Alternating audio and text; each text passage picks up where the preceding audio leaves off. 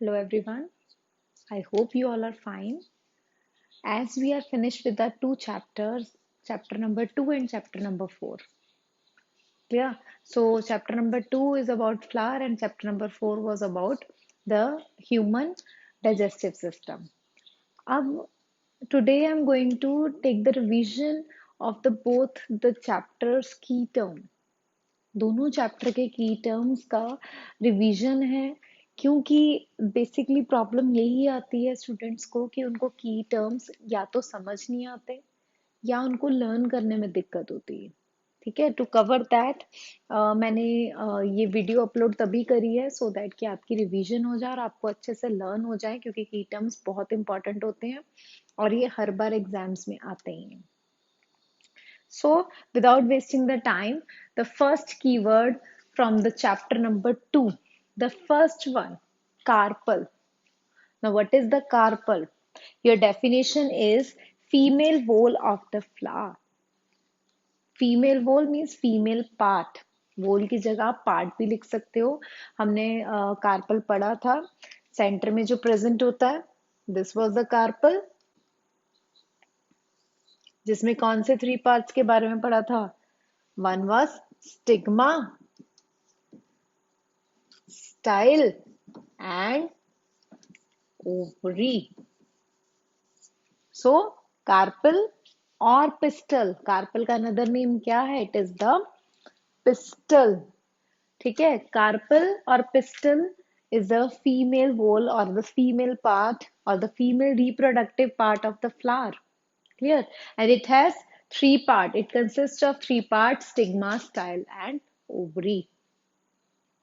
I know कि कुछ बच्चों ने लर्न भी कर लिया होगा और वो साथ साथ रिपीट कर रहे होंगे। That's very good. Okay, so clear with the first definition. The second one is the pollen grains. So what are the pollen grains? These are the fine dust like yellow colored particles. कहाँ present होते हैं? In the male part of the flower. This is the male part of the flower. ठीक है, जिसे क्या कहा जाता है? स्टेमन कहा जाता है। और इसके ऊपर क्या है? The upper part is called as, क्या बोलते हैं इसको? Anther. And the lower one is filament. So pollen grain जब इसको कट करते हैं, यहां से क्या, यहाँ पे छोटे छोटे क्या प्रेजेंट होते हैं? They are the pollen grains. ठीक है, पॉलन ग्रेन्स। सो डेफिनेशन क्या है? Fine dust like yellow particle release from the anther of the flower. Clear हो गया डेफिनेशन? लर्न हो गया साथ साथ? ठीक है, so moving to the next definition, that is the petiole. What is the petiole? A short stalk by which a leaf is attached to the stem.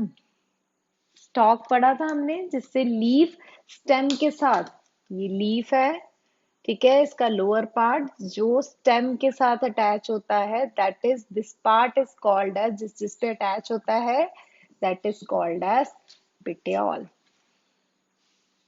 Is it clear? So the next definition is pollination. Pollination बहुत अच्छे से ये topic हुआ था, I hope सबको learn हो गया होगा। पॉलिनेशन क्या है? The transfer of pollen grains from the anther of a flower to the stigma of the another flower और द सेम फ्लावर। ठीक है, दो तरह की पॉलिनेशन पढ़ी थी ना, सेल्फ एंड क्रॉस। सो इसमें सेम और अनदर फ्लावर का हम उसमें डेफिनेशन में ऐड करते हैं। Repeating the definition, transfer or pollen grains from the anther of a flower to the stigma of the flower. Anther अभी बताया था, ठीक है, जब वो एंथर से pollen grains रिलीज होकर कहाँ जाते हैं? to the stigma of the flower. ये क्या है? these are the pollen grains. जब ये प्रोसेस हो रहा है, this process is called as pollination process, the transfer of pollen grains. clear बेटा? So, moving to the next definition, that is the fertilization. What is the fertilization? It is the fusion. Fusion किस चीज की? Male and female cell. ठीक है, this is the male and this is the female cell. जब male cell और female cell की fusion होती है, that is forms the zygote. ये किसको बनाते हैं? मेल और फीमेल सेल्स, मेल और female reproductive cell fuses to form a zygote. That process is called as fertilization process. ठीक है, जब मेल सेल और फीमेल सेल आपस में फ्यूज होते हैं, मिलते हैं, that forms the zygote, and this process is called as fertilization. Very clear, very simple. Clear, beta? So, next definition is pericarp. Now, what is the pericarp? हमने ये fruit में पढ़ा था. ठीक है, क्या है definition? It develops from the wall of an ovary and form the wall of a fruit. ठीक है, जो ovary होती है, हमने female में पढ़ा था ये part. This is the ovary.